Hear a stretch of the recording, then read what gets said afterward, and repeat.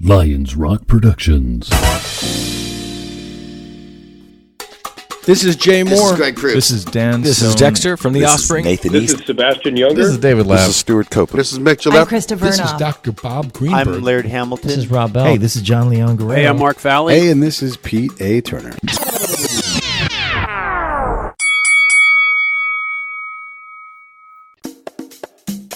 And now, the Break It Down Show with John Leon Guerrero, Mark Valley, and Pete A. Turner. Hey, this is John Leon Guerrero. Hey, and this is Pete A. Turner. And our guest judge tonight was the Ministry of Sound's 2016 Pro Sound Engineer of the Year. He plies his trade for some of the greatest artists in the most hallowed studios all over the world. And tonight he joins us from his home studio in London, known as Sonic Cuisine. He is the Wesinator, Wes Maebe. Wes, thanks for joining us, man. Good evening, or good morning in my case. Yeah. He's worked with Sting, Elliot Randall, Ellie Goulding, UB40, Jean-Luc Ponty, One Republic, and Robert Plant, to name just a small handful of the many, many, many artists he's engineered for. And the last one, Robert Plant, let's see if that influences tonight's fight. Because this week... I don't want to get past this point, though. He also laid his hands upon Sting's mandolin, got caught by Sting, and was allowed to continue to play. It was his loot. It was his loot. All right. And Lute said, hey, and Sting said, hey, man, what are you doing with my loot? And he said, here, let me fuck it up for you for a minute. Show you how to play this thing. Yes. This week's fight, whose idea was this week's fight? God damn it. Oh, Was man, it- I'm sorry. mine. I saw the matchup, and I'm like, you got to be Jesus. kidding me. Man. This is going to be awesome. This was annoying was what it was. This week's fight pits a rough and tumble bar brawler with a cracked tooth smile and nothing to lose against a tactical surgical hitman. It's a greasy, slimy, no-account son of a bitch who will punch you in the mouth and fuck your girlfriend because she couldn't resist him against an assassin with a katana and a poison-tipped blow dart. I'm talking about two albums for which the word legendary is a touch too cheap. In the red corner with a horseshoe in his gloves and a baggie of Cutter's Choice hand rolls in his sock, Led Zeppelin 3 faces off against, in the blue corner, properly laced, shined up to go all 10, Pink Floyd's Dark Side of the Moon. As always with our pre-fight analysis, here is Richard Lackey. Richard, what do you say? This week's fight is exactly why I do this. Also, this week's fight makes my pre-fight analysis easy because we have two fantastic albums from two of the most influential and important bands in the history of rock and roll. First up is the third album from Led Zeppelin 3 from 1970. And I'm just going to go ahead and say this now. Led Zeppelin is the greatest band in the history of rock music. And I make this statement using a very simple yardstick, the music itself. If you look at their output through the years they were together, I feel they were consistently great, and the ratio of great to good to meh to bad is the best of any band in the history of rock and roll. But what about the Beatles, you say?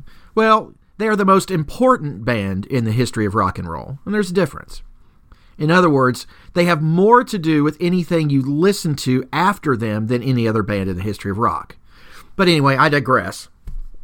What does this have to do with this week's fight? Led Zeppelin don't put out bad albums. No filler. Period. Okay. They are going up against Pink Floyd's Dark Side of the Moon. It is one of the best-selling albums of all time, selling an estimated 45 million copies worldwide. It stayed on the Billboard album charts for 741 consecutive weeks from 1973 to 1988, and then reappeared on the charts in 2009 and ended up being on the album charts for 900 weeks total. This album is a production wonder from engineer Alan Parsons, and even more impressive because it was built on 1970s technology. So what might seem easy to do today with computers had to be done by splicing sounds together in analog. And one could easily wave off Floyd as too experimental. Yes, some of their albums are kind of a little bit too out there for the masses, or just as some music that stoners like to listen to, but that would be unfair. The production on this album is impressive. Even to this day, and it's a very smart and well put together album by an incredibly talented group of musicians. It's a near perfect album and the best that Pink Floyd had put out in their career. So who wins this one? Boy, that's a hard one. If you had said Led Zeppelin 2, I don't think it would be a contest that it is, and the longevity of Dark Side speaks volumes for the quality of the album. Looking at how the tracks line up, it looks like a coin flip, and the decider might be round 7 with Tangerine going up against Us and Them. So my guess is we might have a tie or a very tight split decision. This one is just too close to call. Back to you guys. Thank you, Richard. All right, fellas, here we go. Round 1. Immigrant Song versus Speak to Me. Wesinator, kick us off, baby. Holy crap. You're right. This is not fair. This is really not fair. There's going to be a very sore loser here, and yeah. Wow. Okay, what a way to pick a fight. I mean, this first one's a little bit weird because it's this kind of little nugget of Pink Floyd versus probably the best track on Led Zepp 3. So that's like putting a featherweight against a heavyweight. Speak to Me is really cool for me because it's like, you know, it's like that classical overture. It pre-echoes everything that's about to happen all in about 1 minute. It just sets the scene and gives you a little bit of that madness and all the images that are gonna, you know, flow through this entire journey, versus a song that's just like battering ram against the front door and they're in, and anything you've got to hide that isn't hidden yet, it's right there. So you know, this thing is all about the riff and that crazy voice hook that just will never leave your brain. Yeah, you know, I'd say sonically they don't even come close. There's that visceral anger in that Led Zeppelin track. So I think, you know, for me, opening up on this one, this was a clear winner for Led Zeppelin. This was a 10 for me versus a 9 for Floyd. What'd you do, Pete? Yeah, I mean, this is the problem. You know, Pink Floyd is, and I'll just be the one that says this, Pink Floyd is building a singular piece of art, music, and it's then divided up into the pieces that we're going to call rounds. So when they start this off, of course, like we always have to say, they never considered that these two songs would be put head to head, and if they did, I'm sure they would have done something else. But, you know, and really the way it sets up, it's really like a 2-song movement. But unfortunately, that's not how the album is tracked. And in this case, we've got something that's short, it's instrumental, it's establishing a feeling. It's an F-150 of a song. There's nothing wrong with it. It's beautiful. And it's going against Vikings. You know, like, this is not fair, and it's absolutely Led Zeppelin 10-8. I absolutely see this as being just a knockdown round for me because it's such a difference. If it's a lighter song from Led Zeppelin, maybe, but in this case, like Wes said, this is a monster of a song, and so Led Zeppelin comes out and takes an early powerful lead for me. Yeah, it took 28 seconds for me to even hear Speak to Me with my, abused ears. And that was a little ridiculous. I was looking around, waiting for something to happen. I thought maybe my shit was broken. Immigrant Song, on the other hand, comes out swinging. Hammer of the Gods in the hands of John Bonham. And I, too, scored it a knockdown. Pink Floyd on its knee. Plant screams the signal to the opening of the gates of Valhalla. 10-8, Immigrant Song. Speak to Me, down in round 1. That's tough. Down in round 1.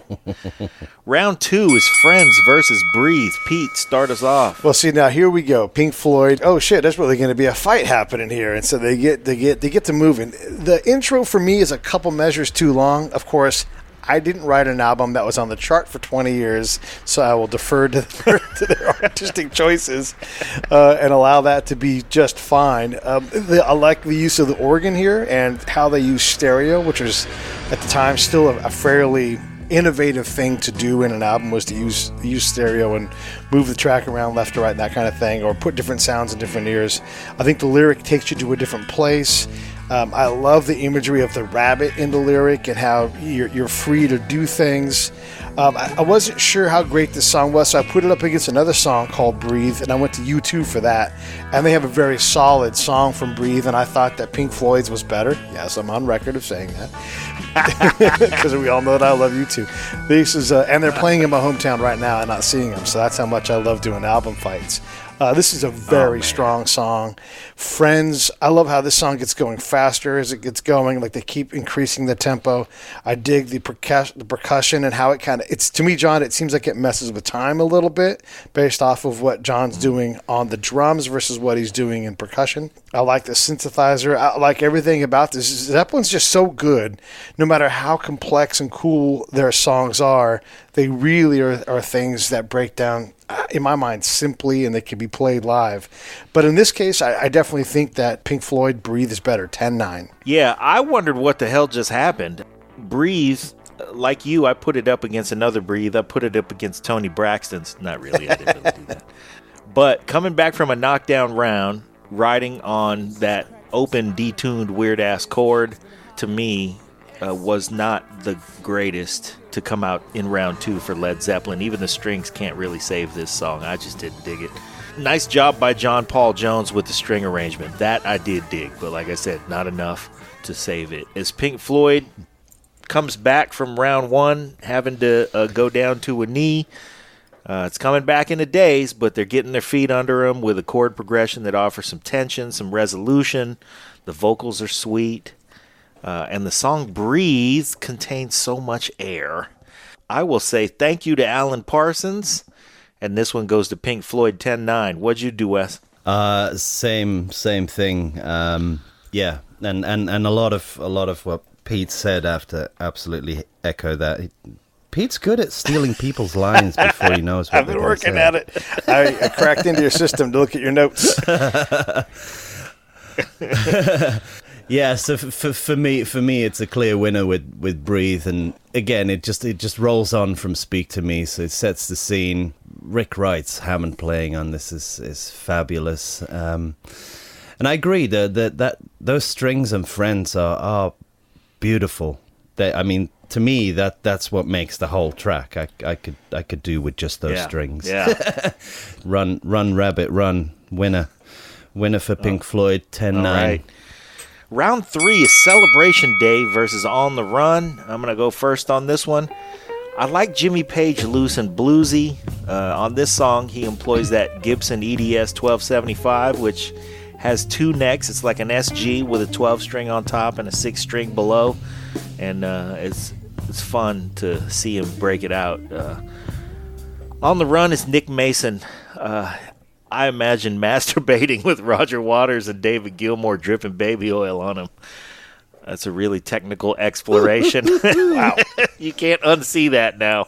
It is a technical exploration. It was very adventurous. You got to thank Alan Parsons again. I don't know how much he was the vehicle or whether they just said, hey, man, capture this. We're going to do it. But, my problem with it is it really didn't go anywhere. So I like Celebration Day. I scored it 10-9 Led Zeppelin. Wes? Controversially, I had to think about this one because, initially I thought, just like you, it's like, does this kind of stand up against a song, or, does it have a little bit more going for it? And to me, it's just, at the time, we're talking early 70s, the understanding of these synths, which is still fairly new, and to create a soundscape like that, is just amazing, just to set these things up. And we all know how unreliable synths from that era are. You'll never, even just a Moog, you'll never get the right pitch back, or a Hammond will be just slightly off if you even look at it. So to paint a canvas like that with these things is just absolutely stunning for me, and it brings you into the absolute insanity that this album is about. And then, you put that up against again, a really good foot stomping track from Led Zeppelin, boom, boom, they're in there, they get you going. The thing that did it for me, that made Floyd win for me, is Celebration Day just sounds a little bit messy to me. It doesn't feel... I had to go back to earlier Led Zeppelin albums to remind me what they sounded like, and this to me was just a little bit messy, and it really bugs me that you can't hear Robert's vocals clearly. He's got a message, but it's like, what the fuck is he saying? I have no idea. Now I need to go and dig out, lyric notes. Wow. So yeah, 10-9 again for Floyd for me. I feel like that's going to make a difference in this fight, the messiness. What did you score this, Yeah. Pete? The last round was so close. I leaned towards Pink Floyd because of their experimentation, because both those songs are great songs. And this one, I felt like I was going to lean the other way. Celebration, look, Rick Rubin said this right. This is a freight train of a song in Celebration, and what I can say is there's a lot going on, and I think we're all talking about the same thing, whether it's loose or everything else. But everybody is in their place. But this song could definitely, again, says Pete, it could use some space. Everything fits well, but it's just really tight. We see Plant always on display with his singing, and I think he gets there with how this song is, because like you said, John, Jimmy Page is kind of loose and fast, and I think that it works in this song at the very highest level. We're talking about micro differences here. On the Run, it's prog rock on display. It's thematic for the album. This song has got a job to do to take us to the next element of the album, and so some of these things don't necessarily work when you single them out. The actual song with lyrics that does something, if we're going to talk about anything, it's hard to... Sometimes Pink Floyd lyrics get by me. That's what I'm trying to say. I love the use of the synth to hold down space and create effects. I mean, these guys are really good at doing that, like creating stimuli from those synths. It's something that I can appreciate and I really get into, but they're also going against Led Zeppelin doing what they do well, and that's, like you said, Wes, a foot-stomping blues number. Out of respect for the avant-garde nature of the song, I'm not going to make this a knockdown, but I felt like, if anything, Led Zeppelin's watching Pink Floyd go around. They're like, those guys are doing some weird stuff. I'm not sure. I'm just going to keep punching them in the nose, and maybe they won't breathe so much and they'll quit doing this weird shit. So this is 10-9.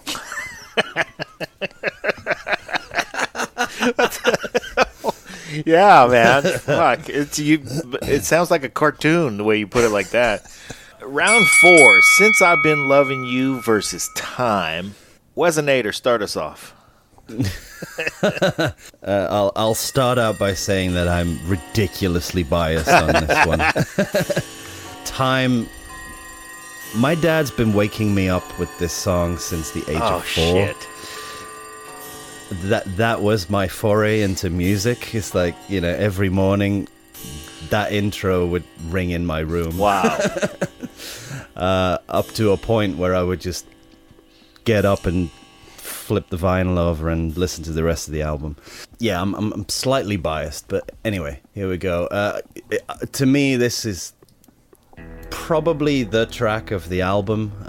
It's just stunning. I mean, Gilmour's playing on this is awesome, and he's got this ability to make a guitar speak. You can almost hear lyrics when he's playing, even though there aren't any.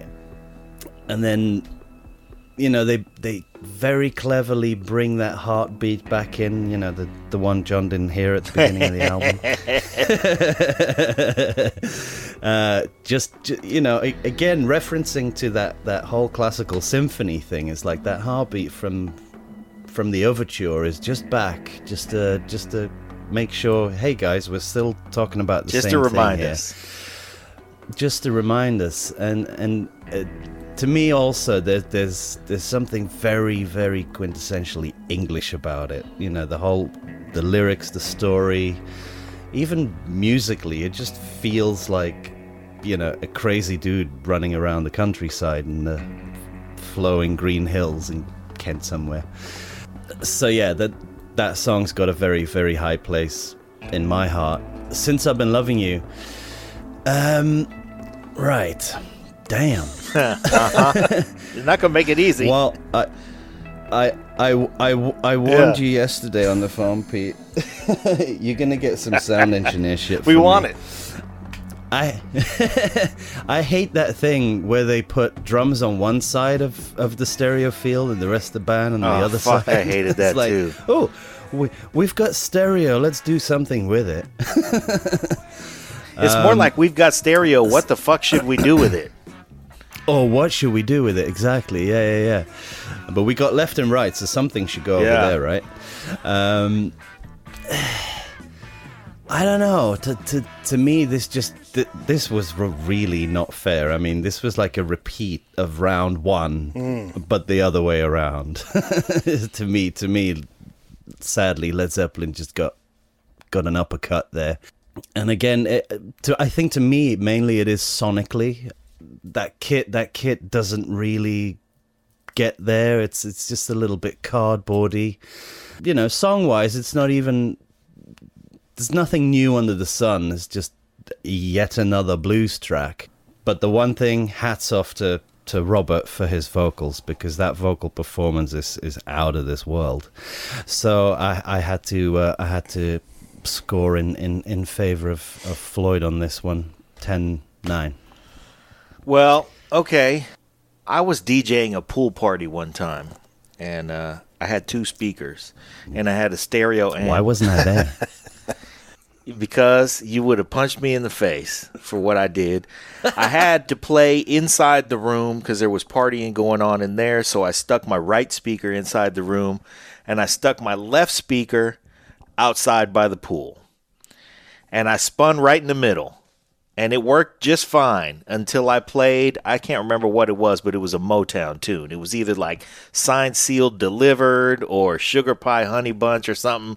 And all the snare drum was inside the house. And all the vocals were outside by the pool. And I thought, today is the day. From here henceforth, I will fucking hate the hard pan with everything that I have. The mystery has been solved.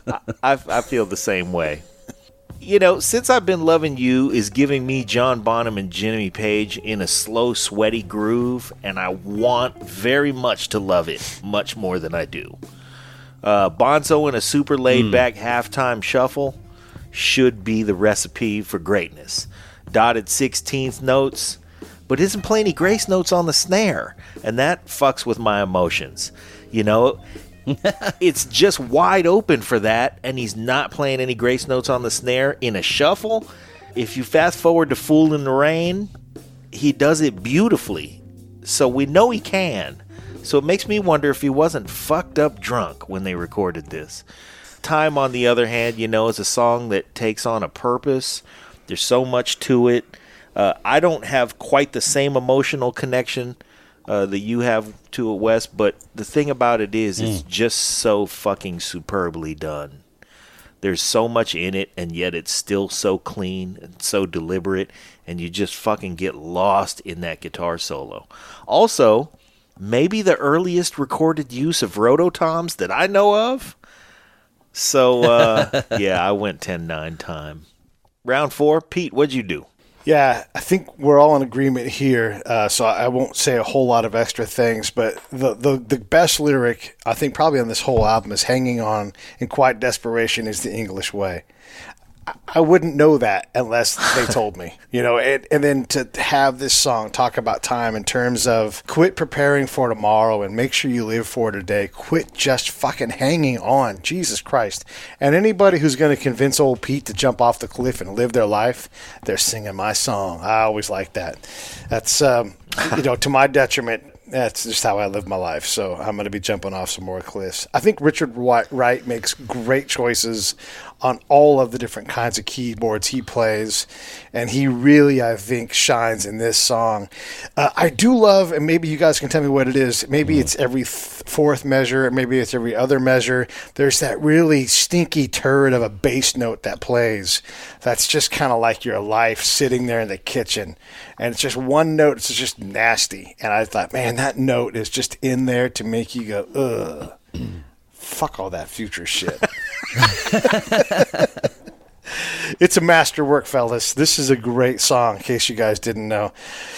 And since I've been loving you, look, when I'm critical of Led Zeppelin, it's because sometimes the lyrics are a little, like either he's in love or Robert Plant is just broken up. He either loves her or he hates her. And it's a little bipolar for my taste. And I know that he goes a lot of different places lyrically, but when he does go to these themes, I'm like, okay, you really better bring it home. And in this case, I don't think he did. And here's the main reason why. This guy's complaining about working every night from 7 to fucking 11. It's a fucking 4-hour shift. Jesus Christ. I mean, look, I closed the tower all the time, and it was fucking awesome. I love that shit. We closed at, a little after midnight. So, look, this song is also needlessly long. I mean, this guy's bitching about working for 4 hours for 7+ minutes. God damn, shut up. I love what John Paul Jones does, and his double duty is super impressive. This is also a very, very good song, but it's just Pink Floyd really, only because this is a strong song in terms of, it does sound good. Since I've Been Loving You, does it withstand the barrage that time throws at it? This is 10-9 Pink Floyd. All right. Well, keep it going, Pete. Round 5 is Out on the Tiles versus The Great Gig in the Sky. So I do want to say this. This is a short fight. There's not that many songs here, and I'm wondering if Led Zeppelin's a little off and if they're going to be able to, because obviously Dark Side of the Moon is not off. Like, they are, everything is there. Like you were just saying your last little segment, John, and how much is in this thing and how great it is and how they do get a lot out of the synthesizers. I'm interested to see what happens with you guys next. But Out on the Tiles, this song is just okay. It's fun. Plant and Page do their spoken words creeping into the track doesn't really improve the song. It's if not for the power of Bonham's drumming in this song, I don't think that anything special is going on. Great Gig in the Sky. This is just like a soundtrack song to me. It's nice, but it's going against a real rocker about being out in the town and drinking, and that's a lot more fun than what's going on in this song. It fits nicely into the Dark Side of the Moon sequence. I sat back and I after I did the fight, I went and just listened to Dark Side of the Moon as it was intended to be. Well, I wasn't high, but I listened to it in one full swoop with headphones on, and I really got this song a lot more after that. It matches the lyrical theme. Everything stays coherent. But for me, this is a substantial difference in what I want to hear. And so this for me is Led Zeppelin 10-8. Okay, I first want to say, going back to your comment about Robert Plant working from 7 to 11 and complaining about it, I want to remind you guys that anybody who's working from 7 to 11 is doing it for dope money. So cut him a little slack. Round 5 to me, Pete, you don't know fuck shit. Of course. Out on the Tiles is Led Zeppelin doing what only Led Zeppelin can do, and John Bonham, he's looking out at the crowd going, you want to hear my right foot and my left hand play some triplets? That shit is crazy. And Page and Jones are locked, and that is awesome. But what's also awesome is that improvised vocal in Great Gig in the Sky by Claire Torrey, who was 25 at the time. And I'm partial to her because she shares my birthday, so I'm shouting her out. She's amazing. She sings like a fucking bird in this song. I saw a recent picture of her. She's 70 years old and she's still fine. I might still hit it. So, not enough to save the song, though, because to me, I agreed with you. It's just meandering. I did give this to Led Zeppelin, though, because he's John Bonham. John Bonham by himself took this round from me. What'd you do, Wes? Well, I'll be controversial again, but yeah, Out on the Tiles. I mean, I think within this album, this is more what people were expecting from Led Zeppelin. This is just the all balls out riff stonker that everybody kind of, that was Led Zeppelin. It was like, it's right in your face. Here we are, and I'm very happy I can hear the vocals more clearly. But yeah, very close call. Great Gig in the Sky. Yeah, Claire Torrey. Wow, what a vocal. I mean, to come in the middle of a session and have the band go, not sure what you need to do. Just go in there and do something and do that. Yeah. Fuck. Fuck. That is stunning, and I have never heard any of the live backing singers replicate that. Nobody has ever come close to what she did. You know, it's just absolutely amazing, and this one as well highlights Nick Mason's drumming to me. I always love watching him because it just looks like it's another day at the office. You know, he's like in an office chair with armrests, and he's just like, he's pulling out all these amazing fills, and he's not even breaking a sweat, and they just sound amazing. So, but the whole thing to me is just fucking huge. So again, it's a winner for me. Grey Gig in the Sky 10, Led Zeppelin Out of the Tiles 9, and John, Claire Torrey doesn't live far from here. Well, hook it up. I'm going to come over there. I'm going to visit you. I'm going to say, hey, Claire. She's a really, really nice lady. This episode of the Break It Down Show is brought to you by Lions Rock Productions. That's us. We publish, evaluate, and develop podcasts just like this one, consult others to build their own, and create associated content and content marketing strategies. So if you're launching or expanding your social media presence, your business or your personal brand, or if you just want to take your media presence to the next level, Reach out to us on Twitter at Pete A. Turner, or at JohnLG69. at The Break It Down Show. There's 1,000 ways to get a hold of us. Now enjoy the show. Oh, that's great. Yeah, we share the same birthday, so I dig her. I'm hoping at some point I get to meet her. Excellent. Round 6 was Gallows Pole versus Money. Gallows Pole is a cool poem. It's a really cool tune. The acoustic guitars, the banjo. Jimmy Page, man, he's just got such an amazing range, and he decides at this point to take us to Orange, Texas, of all places. I don't know why Orange, Texas. It just seems gritty and greasy like that. It's a really fun song, but money is money. I mean, every time you hear this song, I don't know if it's just me, but I can't stop singing this song for at least 2 days. If I hear it just on the radio, I'm going dun dun dun dun dun dun dun. I mean that. Oh, man. That badass sax solo by Dick Perry leads into that vamp with that bass line. You cannot sleep on David Gilmour on the bass, by the way.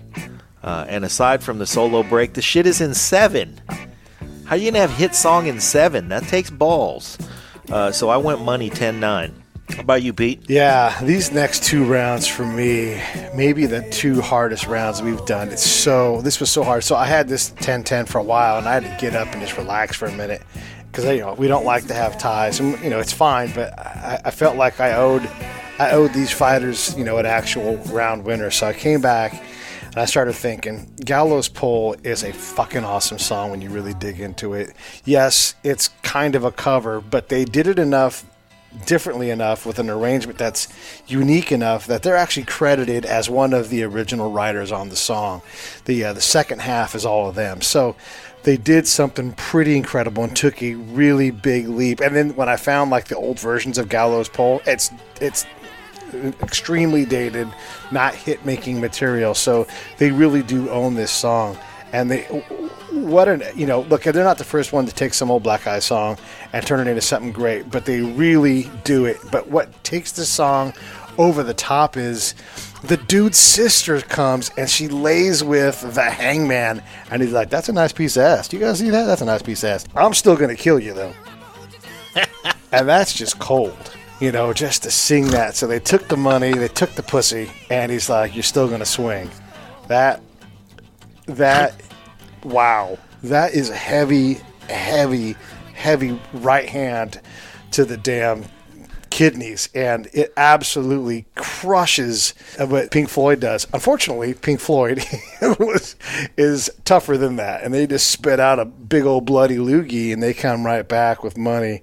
The lyric, I'm in the Fidelity First Class traveling set, and I think I need a Learjet. Because there's just so much fucking money in what these guys are doing. And I think Roger Waters even says, he's like, I got to decide if I'm a socialist for reals or not. Because I like this money. Get your hands off my stack, Jack. that dichotomy, that self-fight, plus also just what happens. I mean, of course he wants to live in Malibu.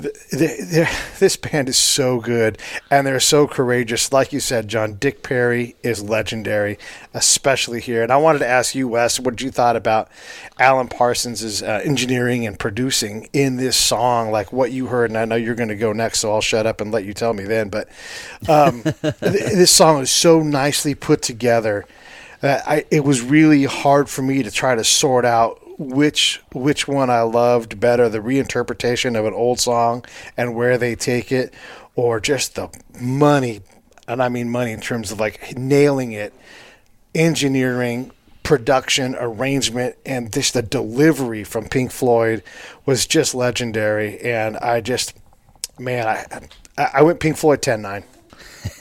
Wes? Yeah, I think we're halfway through the album now on Dark Sides. This to me was the hardest, really the hardest round. I think Gallows Pole is the track on Led Zeppelin 3 that I'm guessing, obviously I don't know this, but this is sort of the track that, you know, the whole album should have been, because they came off a massive American tour. They went to live in this middle of bumfuck nowhere cottage in the middle of Wales somewhere to write this stuff, and they wanted to be different. They wanted to make something a little more acoustic and stuff like that, and to me this track just encompasses it. You got an amazing vocal, you got, you know, Bonham going nuts, and it's folk meets country meets rock. Wow, that's courageous. I thought it was really cool and inventive, and I'm sure everybody who was listening to Led Zeppelin at the time went, "What the fuck is this shit?" You know, where's rock and roll? You know, where's all that stuff? And Page makes his guitar solo sound like a violin, like a country fiddle. It's like, wow, that's neat. Yeah. If I'd mark it down for something, is like there's a fade out at the end. I always think that's a cop out. And then you've got that, you know, this massive organic beast against probably one of the most polished tracks of all time. Money. Yeah, this is a matchup, man. It's crazy. I mean, the time signature 7/4 going over into 4/4 is like, whoa, okay, yeah, that's clever. The money loops with the cash registers and the coins they strung together, and Dick Perry's solo is just out of this world. I mean, wow. People rag on saxophones all the time these days. It's like, whoa, hang on a minute. Listen to this. Yeah. And then wah wah on the whirly. How cool is that? Alan Parsons, Jesus. I mean, you know, the giant of audio. I have so much respect for this guy. I mean, yeah, when Floyd usually, and specifically this album, is usually a sort of benchmark for me when it comes to comparing things sonically, engineering wise. So he's you know, he's one of the gods for sure. However, having said that, Money's never been my favorite track on the album. Oh boy. I'm giving you a little roundhouse here. I gave this one to Led Zeppelin. I gave this to Gallows Pole 10 and Money 9. Okay. Well, then, since now we're both stunned, you keep it going. Round 7 is Tangerine versus Us and Them. What'd you do there? Wow. While we're in a daze. Well, yeah, Us and Them, for me, it's one of the most amazing tracks on this record for me. It's like gospel meets jazz meets rock, and it's just another one of those examples where Pink Floyd can generate the exact image in your brain even before they've sung a lyric, and then you've got this thing in your mind and they start singing and it's like, oh yeah, that's exactly what I was seeing. That's ridiculous. And we're going to put that up against Tangerine, which, I mean, I have to admit, I wasn't very familiar with Led Zeppelin 3. I had to really bone up on this one. So, you know, over the last couple of days, I've been just hammering this album out and listening. And funnily enough, I went to an open mic night around the corner a few days ago, and somebody started playing this song. I went, I know that. And it was Tangerine. I was like, okay, I have to go and listen to that again now. Random? Very random indeed. I'm going to be super, super, super harsh because we know what Led Zeppelin can be like. And to me, I have to mark them down for just recycling a Yardbirds track. It might have been Page to begin with, but it just feels like a little noodly to me. And that pulsating stuff on that pedal steel, it seems to be going in and out of. I know we mentioned tempo earlier. It just doesn't seem to sit very well. It's a really awesome song, but again, it's just that little more messy. We know they can do better, so Led Zeppelin must do better next time. So I've got Us and Them clear winner against a knockdown Tangerine 8. Oh boy. What about you, Pete? Yeah, this was a hard round for me. I love Tangerine. For whatever reason, it hits me in my sweet spot. I am mad about Jones doubling the guitar on the mandolin. I just think that's great. And, this is where I went, oh, wait, this is kind of Led Zeppelin exploring a lot of American sounds. And I mean, not that that's all that new of an idea, but there's pedal steels that with the wah-wah hooked up to it. That's fucking great. I love that thought process, and this is sort of their version of digging into more of the gospel and the bluegrassy kind of sounds that maybe they had discovered by being on tour and everything.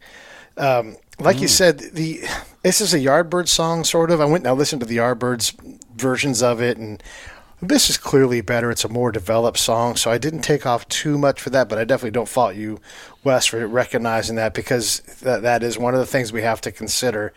But I did get there, and, shit was different back then. Who knows who wrote it, who gave who which drugs, and, what.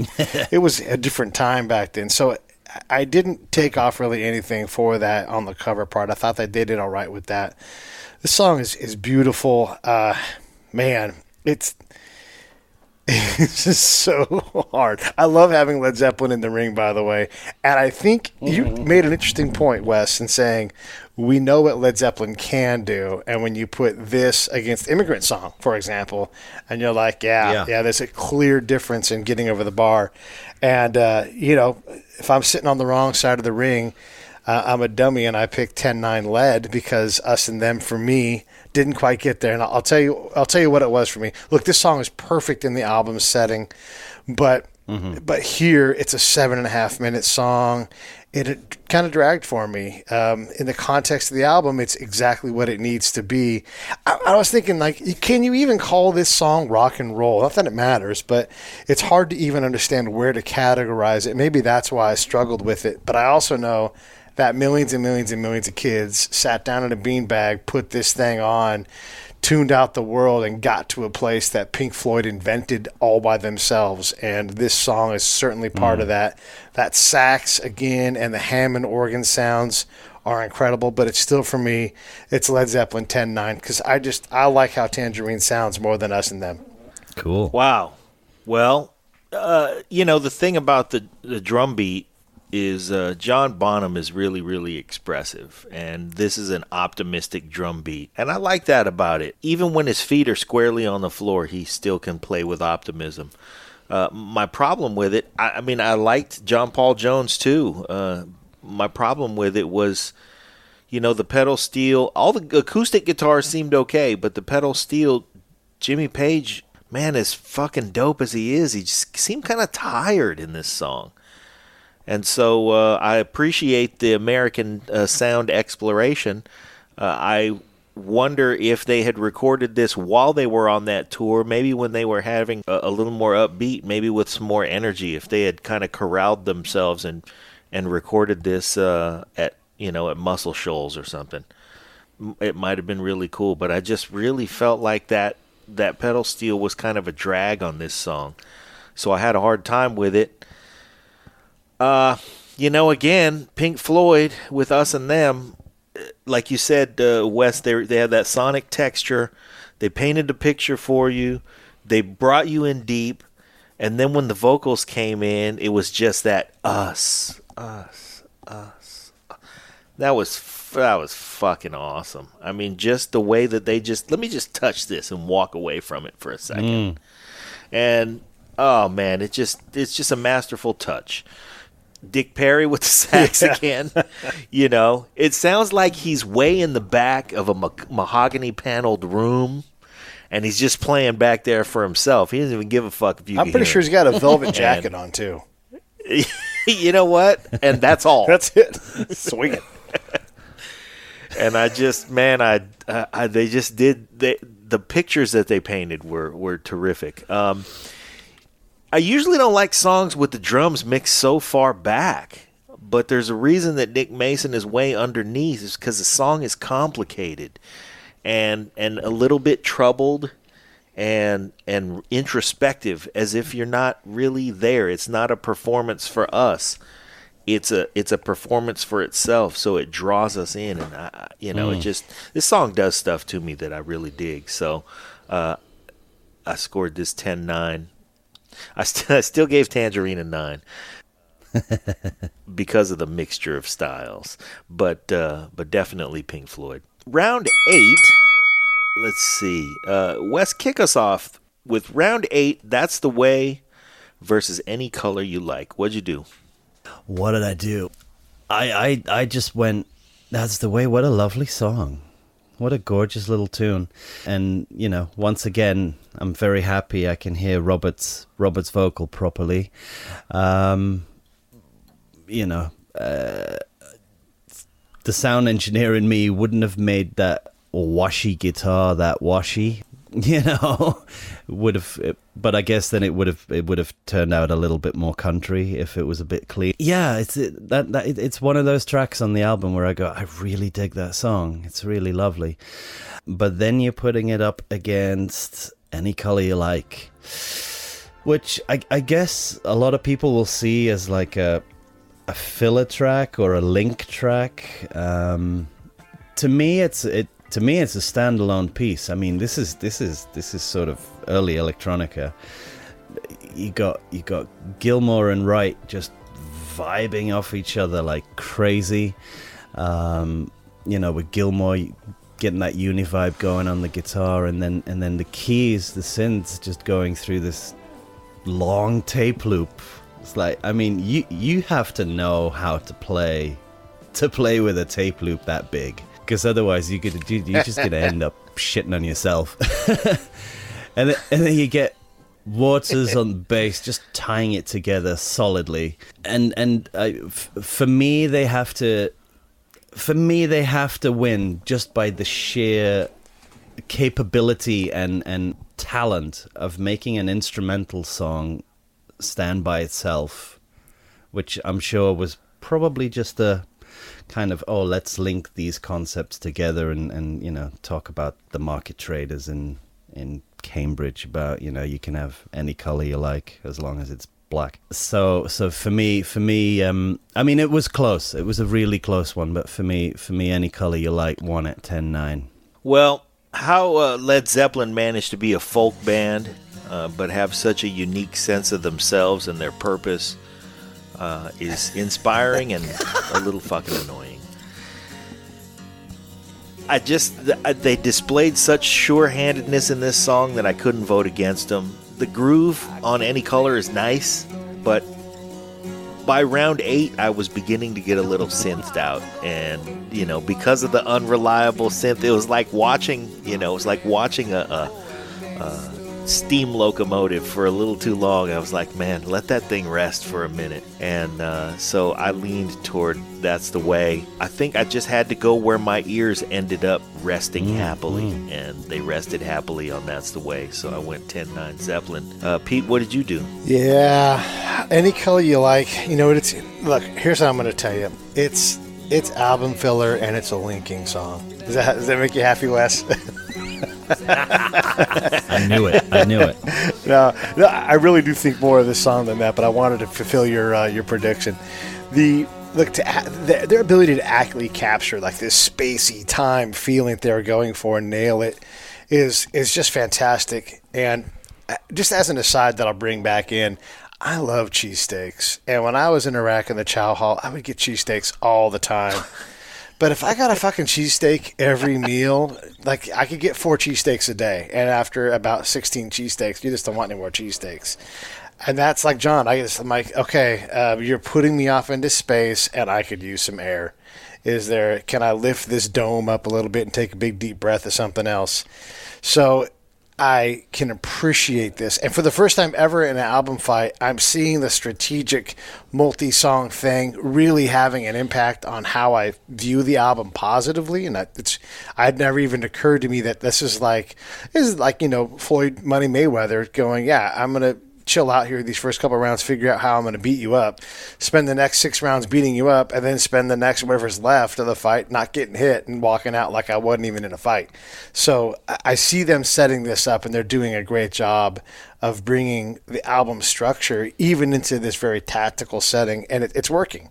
But that's the way. It's just a beautiful song. I love the story behind it. They're, Jimmy Page and Robert Plant are off walking in a meadow valley somewhere. They just sit on a rock and start singing and strumming, and out comes this beautiful song about the emergence of some kid letting his hair down, the other kid being more high and tight, and that's just the way it's got to be. And for me, that song tells a better story than Any Color You Like, but only because of the strategic value that I see in their fight plan, which never really existed.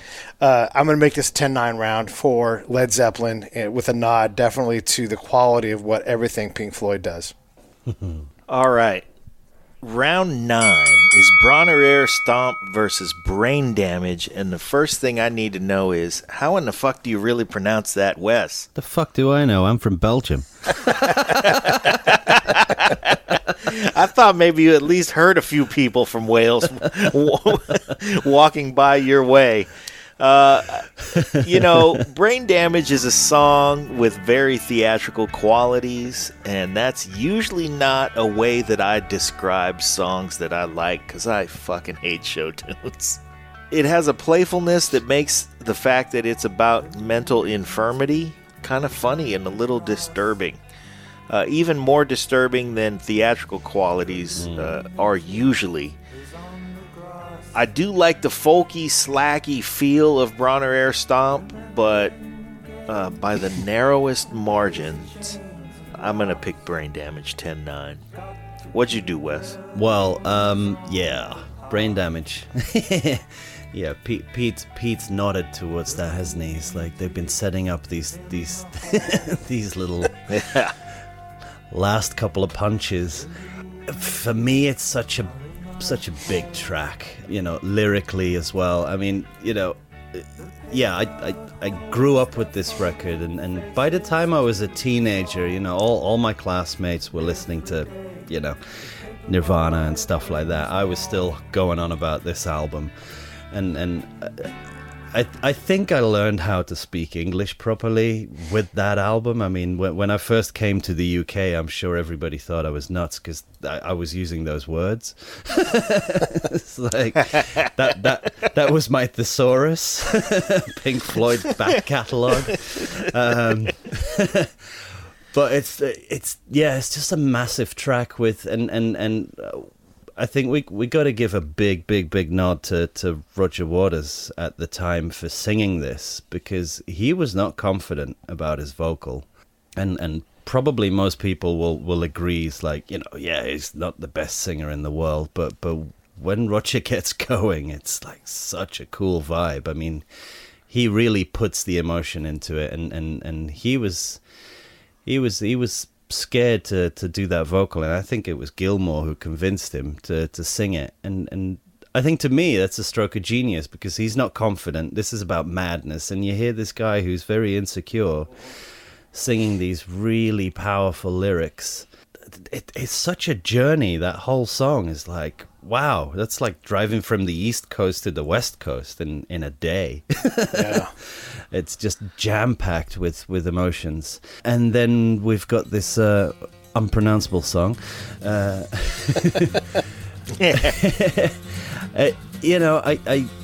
I can see where they're going. I made some side notes which I was kind of going to keep to the end, but I think this is a good moment to bring them in. Dark Side of the Moon is a clear battle plan, from A to Z. This is what it's going to achieve. This is what it's going to do, and it's very clear. It is a symphony.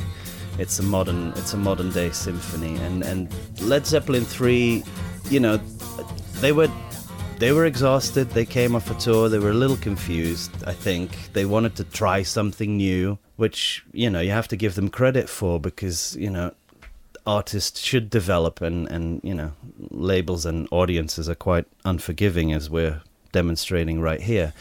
What do you mean you're changing your sound? How dare you? You're my band. Yes. But to me that translates in Led Zeppelin 3 though, because they recorded it in so many different places. Olympic Island, at the place they were staying with the Rolling Stones mobile, and you can tell there's no uniformity to it. Some things sound great, some things don't sound that great. Some things sound more finished and thought through, and to me, this stomp track is exactly what it says in that latter bit of the title. To me, it's just a demo. It sounds like an experiment, and I think, in hindsight, this album could have done with more rehearsal and more production rather than just laying it down. Brain Damage is offering some brain damage to Led Zeppelin here, 10 to 9. Wow. Some brain damage. Man.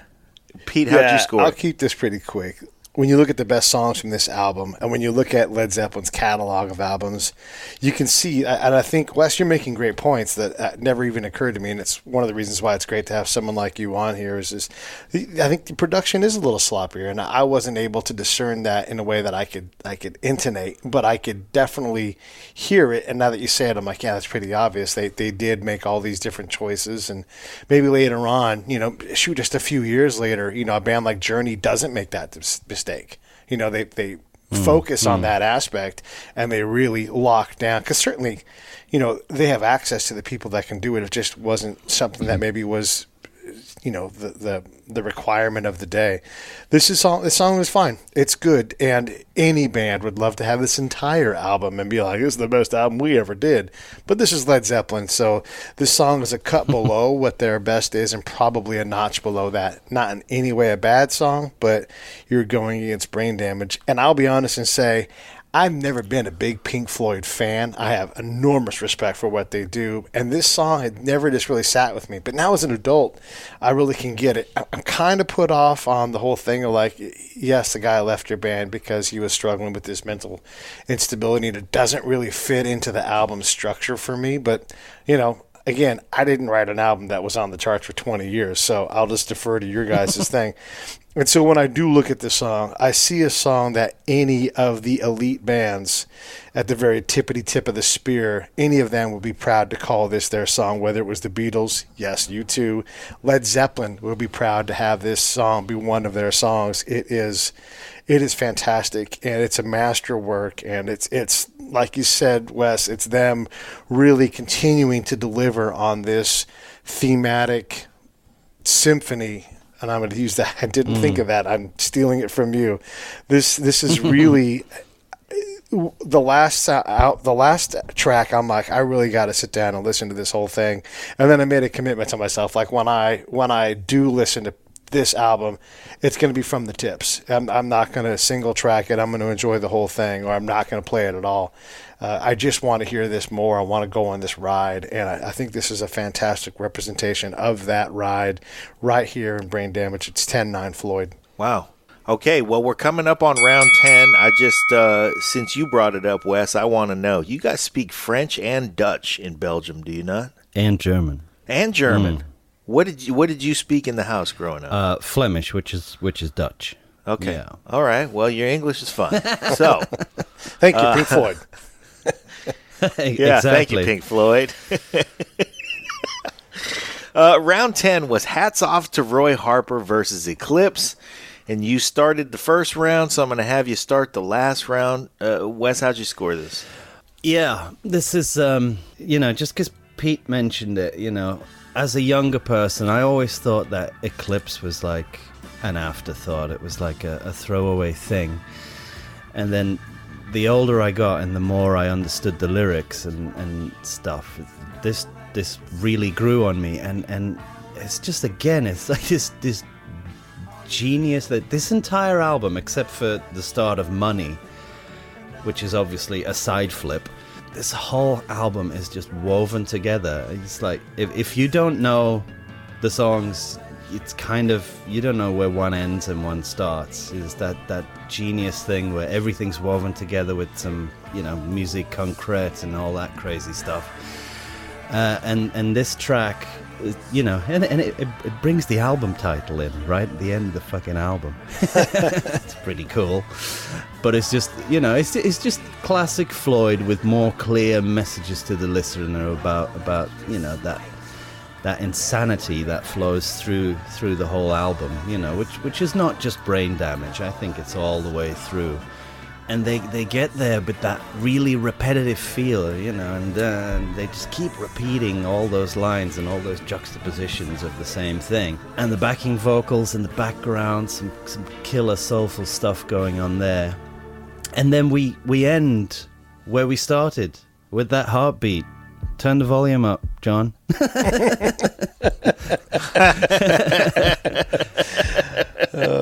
And it's like, it's like somebody went, this album could be a giant tape loop, because you could just loop it around and start again with that heartbeat. Boom. Fuck. And that's what I want to do when I get to the end of Dark Side of the Moon. This album isn't long enough. I want to hear it again. And then we're putting that up against Hats Off to Roy Harper, which oh god, people are just gonna hate me, but there you go. That's what happens when you put somebody up against my favorite band. To me, it's just a jam. Again, it's like, now we're at the end of the album. It's like, we've blown our wad. We've given you all the big songs, and here's and yet there's 3.5 minutes left of vinyl. What are we gonna do with it? Yeah, let's throw something in there. To me, again, it just sounds like a jam, and oh, for God's sake, somebody discovered that tremolo effect on Rob's vocal. Help. Yeah, it's just a little bit of gratuitous noodling I wrote down, which is really harsh. I'm so sorry.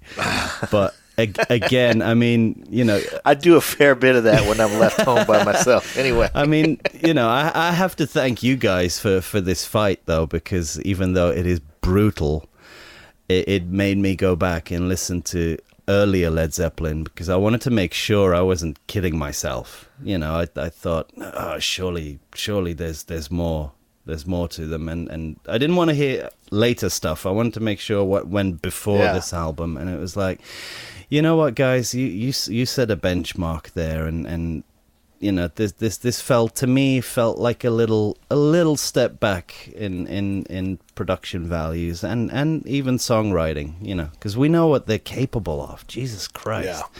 Probably, if we would have gone an album later or an album earlier, Led Zeppelin might have won this for me. So Eclipse winds it up nicely for me with a win. 10 versus a very nasty Schoolmaster 7 for Hats Off to Roy Harper. Wow. I know. Wow. Ooh. Harsh. That is a wow. Yeah. That's an ass whooping. Pete, how'd you score this? Yeah, when Hats Off to Roy Harper came, I said, come on, this is silly. This has got to stop. This is, Pink Floyd has done so much damage to Led Zeppelin. The trainer shoves him out there because it's a winner's bonus. He's going out there like, let's see what happens. And look, the crazy vocals. I just got no time for that. This song has too many bad ideas trying to think that they're good ideas. And when you said they must have had this much extra tape left, John, I'm like, yeah, that's what it is. They paid for the time. They're not going to do 9-song album. They're going to do a 10-song album. That's what we're going to do. So what do we got? This is like, hats off to Roy Harper, the forbidden mix. Give us the actual song, because this thing is not very good. On the other hand, Eclipse, it's the second half of the Movement from Brain Damage, but there's a nuclear theme, and this is a great song. It's much better than what Zeppelin put out there. And as I look at my fight card, I realize that I have Led Zeppelin ahead by 1 point, but they're literally out on their feet when the bell sounds to end the fight. And it really ultimately is like, if I could go mess with my scorecard, I would have this be a Pink Floyd win, but that is not what my scorecard says. It has a 1 point victory for Led Zeppelin, so I've got to stick with it. But absolutely, when you see the damage done and you see the quality of what was delivered by Pink Floyd, I have no problem with anybody saying Pink Floyd won this fight. It's the round by round nature of it sometimes, and that happens in real boxing. You'll watch a fight where you're like, this guy absolutely created more impact on the other fighter, but he just strung together 6 more rounds, and so for me, this is Pink Floyd 10-9. And even if it was a 10-8 round, it would have been a draw, and that doesn't do anybody any good. So Led Zeppelin's out on their feet, but they are the winner. All right. Well, a couple of things. First of all, I appreciate so much, Wes, that you came on the show with your chops as a sound engineer and said a few rounds ago, this sounds like a demo. And I think that comment really defines the difference between these two albums. The long-term strategy, the full battle plan that is Dark Side of the Moon. Like you said, Pete, there's a reason this fucking album stayed on the charts for 20 years. That's gargantuan and never repeated and never will be. So I do want to say that a tribute to Book of White and Roy Harper here that Led Zeppelin does is really sweet, very Bayou, very cool. I appreciate that, and it's one of the things that makes me love Led Zeppelin so much. I love John Bonham so much. I love that the band would tip their cap to the old masters. It is what made them cool. But Eclipse was done on purpose. It was a big finish. They knew they wanted a big finish. It has a firm sense of finale, and it gets the fucking thing done. And so it was not close. I scored a 10-9, but it was a big 10 and a deep 9. But I will break the tie and say, even though it was not conceptually not a tie, it was a tie on the scorecard, and I'll break it. I would consider myself probably, all in all, a bigger fan of Led Zeppelin than I have been of Pink Floyd. But these two albums had a clear winner, and it was Dark Side of the Moon. So, as we close up, I want to ask you something, Wes. When you hear an album like Led Zeppelin 3 where you go, boy, this needed a little more production, this needed some help. As a professional in the business, I imagine there are some records where you go, even though I could have polished that up better, I'm probably going to leave that one alone because it doesn't need, my polish. How often do you run across that situation where you hear a record and you go, oh man, they should have let me get my hands on that thing? Well, you don't want to be too arrogant. This job does destroy music enjoyment. It's like, you sit down and listen to a record and you go, oh my God, that snare drum's killing me. Nobody would listen to the fucking snare drum, It's like, this record has sold millions. Nobody gives a shit about what the snare drum sounds like, but it annoys me. So it happens. But that's like anything, people can look at a painting and go, whoa, I could have done that better. Well, we got to listen to the guy with the gold pop screen. I'll say that. That's true. So, well, anyway, you asked for a clean vocal sound, so I gave you a posh microphone. No kidding. Wow, posh, nicely done. Hey, you know what? I appreciate you, fellas. That was a lot of fun. That was a brutal fucking album fight. That was brutal. It was. Yeah, that was a good time. I really appreciate you guys both coming on. And also, it took us a couple of tries to get it figured out because we had some sickness and some scheduling and everything else. So I appreciate you guys hanging in there and helping us to create this. We hope everybody else enjoys it. And I guess since we didn't say it officially, we love these albums. We want you to buy them. We want you to support these acts. That's why we do this stuff. This was a fucking riot to go through. Realizing that the guy was complaining about working 4 hours, my favorite moment of the whole work that I had to do. Just so much fun to get to do this with friends, man. All right, fellas. Thanks a lot.